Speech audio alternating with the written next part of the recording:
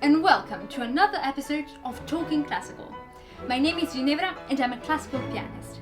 Today we have a very special guest. She's an amazing pianist. Talent, creativity, kindness, beauty, she has all of it. She's one of the most versatile and open-minded artists of classical music. Her innovative performances place her alongside jazz and folk musicians, as well as dancers, actors, philosophers, and many others.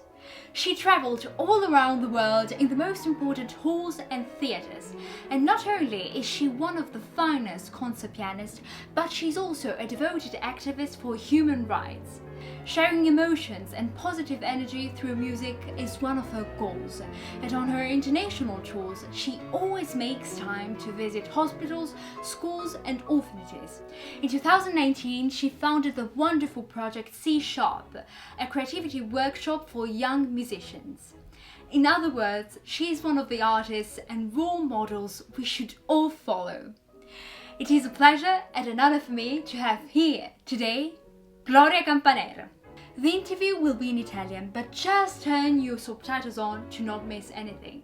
Well, are you ready to meet Gloria? Let's get into it. Buongiorno Gloria, grazie mille per aver accettato il mio invito, sono onoratissima di averti tra i miei ospiti, quindi grazie di cuore, è un onore averti qui. Come stai? Ciao, un onore mio, sto benissimo, sono onorata, felice di vederti e un saluto a tutti. Da piccola, che lavoro volevi fare? Benissimo, ricercatrice genetica. Io che non posso vedere una goccia di sangue, che appena mi fanno un prelievo del sangue svengo, non posso vedere un ago, una puntura, niente, anche proprio, cioè per dirti anche seriologico, io proprio non sierologico, mi sbaglio sempre, io proprio c'ho paurissima, eppure avrei passato l'intera vita a esaminare provette, sì. Non me l'aspettavo assolutamente, ma questo è un coup de théâtre meraviglioso. Io ero anche proprio affascinata da tutto quello che era le scienze, super quark, che siamo fatti così, cioè proprio, sì, anche proprio al liceo che ero innamoratissima del mio insegnante di professore di biologia, proprio credo di aver avuto anche un piccolo crush, ma dicevo io voglio fare, perché lui era anche lui un mezzo scienziato, comunque ricercava, faceva il biologo proprio, e quindi io ho pensato, ma io farò questo, starò tutto il giorno chiuso in un laboratorio a cercare delle risposte dal genoma da offrire al mondo. Io, ti immagini? Io. Ma no, io ti capisco perfettamente, perché anch'io faccio il prelievo del sangue così. Quindi io non posso vedere anche Così. un ago. No, assolutamente no. Quindi, No. 3 aggettivi per descriverti. Direi istintiva, impulsiva, diciamo pathos, cioè qualcosa che riguarda l'immediatezza, quindi diciamo non lasciando spazio a una riflessione, a un'immediata riflessione, quindi non sempre è un portafortuna. Finora non ho detto neanche un aggettivo. Leale e forse luminosa o comunque diciamo entusiasta. Assolutamente sì. Io ne aggiungerei altri 2, ovvero che sono modesta e gentile soprattutto, che sono 2 qualità che non si trovano spesso in giro, perché oltre ad essere una grandissima interprete, grandissima pianista, sei anche una persona meravigliosa. Quindi grazie mille. Io trovo che la gentilezza è qualcosa che si è un po' perduta, ma è proprio sta alla base di tutto, ma non so, con se stessi, con gli altri, col mondo, con madre natura, come tocchi le cose, come appoggi i piedi sul suolo. L'imprevisto più divertente che ti è capitato in scena? Allora, premetto che mi è successo veramente di tutto, perché come sai ho girato il mondo, nel senso proprio anche nei posti più strani, e quindi premesso che mi è successa ogni cosa, tra cui non trovare poi, andare in un posto dove dovevo suonare e non c'era il pianoforti che si rompono a pezzi, cioè col pedale, tutta la lira dei pedali che cade, pezzi del palco che cadono, situazioni di ogni tipo, persone del pubblico che si sentono male, svengono, cadono, cioè veramente me ne è successo di tutti i colori negli anni, però forse la cosa fra le più buffe è stato a Londra, St. Martin in the Field, quella bellissima chiesa, diciamo, in quella piazza stupenda, per la Beethoven Society. Quindi io ero anche abbastanza, 10 anni fa, ero abbastanza, anche o di più, ero molto tesa, volevo fare del mio meglio, 3 sonati di Beethoven, gremito. Era anche la prima volta che suonavo per questa society, quindi insomma volevo veramente fare del mio meglio. E non so se è presente, ha tutto un pavimento di alabastro bianco e poi ci sono questi panche e anche una sorta di galleria, cioè comunque tutto un coro. È una è un bellissimo luogo, però questo altare con questo alabastro è scivolosissimo. E c'era un pianoforte nuovo, proprio un gran coda ottimo, nuovissimo. Infatti hanno detto: ma non serve, guarda, ti assicuro, è stato curatissimo, non c'è bisogno di provare molto. Infatti c'era poco tempo perché poi dovevano fare una piccola diretta streaming, un po' di radio. Quindi io faccio una prova e non mi accorgo di nulla. Comincia il concerto, mi ricordo benissimo, dovevo suonare come prima suonata l'Appassionata, quindi faccio do, al fa, parte il piano, cioè prende al fa, parte il pianoforte e va tutto verso la prima fila che c'erano. Le prime file non erano neanche quelli seduti su quelle panche, c'erano una serie di disabili con le loro famiglie, quindi tante carrozzelle, con delle famiglie, una carrozzina di bambini e poi anche insomma appunto dei disabili che avevano messo lì con i loro assistenti. Quindi nel poco tempo si sono visto un pianoforte arrivare e questi che hanno cercato di salvare questi poveretti, e io sono rimasta così, soltanto seduta, e come sempre nella mia vita, che io spesso rimango, cioè una mia tipica espressione è rimanere così, tutti lo sanno, quindi non ho neanche reagito, cioè ho detto io non posso crederci che non ho il piano sotto le dita. E quindi poi pian piano mi hanno fatto alzare, ovviamente c'è stato un boato di risate e anche un po' di sgomento, e sono andata backstage. Il punto è che sono tornata una seconda volta disperata e ho detto sì, forse non avevano messo bene i fermi, i freni, nessun problema, don't worry, torno, stessa cosa, non subito ma dopo un po' del primo movimento, quindi stessa cosa di nuovo, il piano che va via così, io che suono non me lo trovo più. Da lì ho detto vabbè, io non so, farò più neanche una nota, e il concerto poi andò bene, ma ti assicuro è stata una sorta di barzelletta, ma insomma diciamo un po' tragicomica.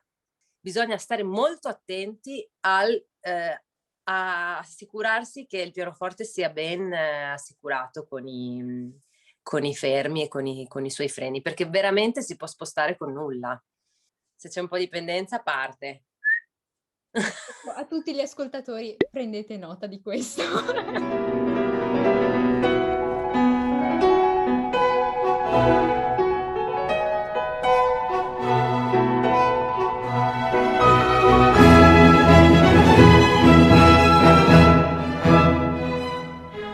Il posto più strano dove hai suonato?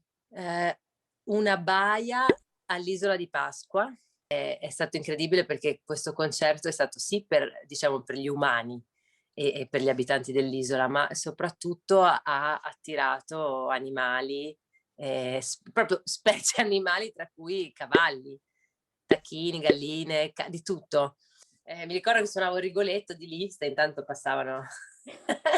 Sì, bisogna essere pronti. In Cina anche mi è successa una cosa buffissima. Terza di Chopin, mi giro in un teatro super, però in una parte un po' inland della Cina. Mi giro e vedo una mamma che cambia il pannolino al suo bambino. Proprio così.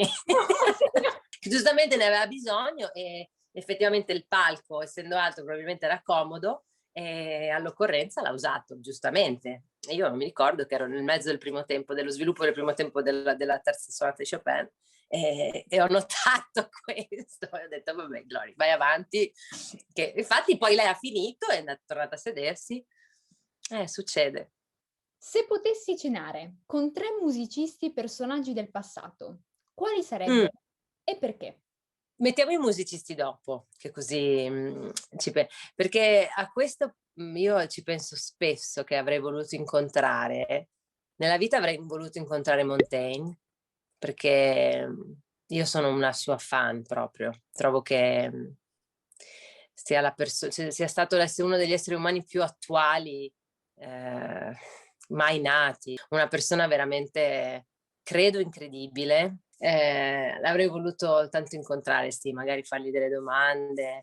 Poi credo che nella vita mi sarebbe tanto piaciuto incontrare uno di questi inventori, cioè proprio grande, Archimede, Galileo, così proprio, se magari proprio non tanto cenare, ma insomma trovarmi lì proprio quando stanno inventando una cosa che poi per sempre cambierà la storia dell'umanità, vederli in questi, che magari in quel momento non possono parlare tanto, quindi la situazione di una cena mi sembrerebbe un po' strana, ma insomma poter sbirciare un pochino, fare qualche domanda.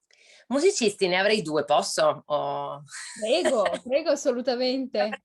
Uno è Mozart, perché io veramente, no, devi sapere che io ho dei problemi con la musica di Mozart, la suono pochissimo e proprio non la sento tanto vicina a me. Preferisco semmai ad ascoltare, questo sì, ascoltarla volentieri, però devo proprio, devo fare un grosso sforzo per avvicinarmi alla musica di Mozart e questo mi dispiace e ci faccio un lavoro quasi quotidiano e diciamo che insomma sto proprio facendo un percorso per avvicinarmi il più possibile. E quindi in realtà mi piacerebbe conoscerlo perché io credo che dentro la mia testa ci sia anche questo problema di non poter credere che fosse una persona, diciamo, così frivola, così, se vuoi anche scurrile, leggera, o come tutti raccontano, come svelano le sue lettere, ahimè. E quindi, ecco, vorrei proprio sedermi lì e dire, boh, adesso ti faccio io due domande, voglio capire com'è possibile che ci sia questo strano intreccio e poi una musica così angelica che viene da un personaggio così bizzarro, no?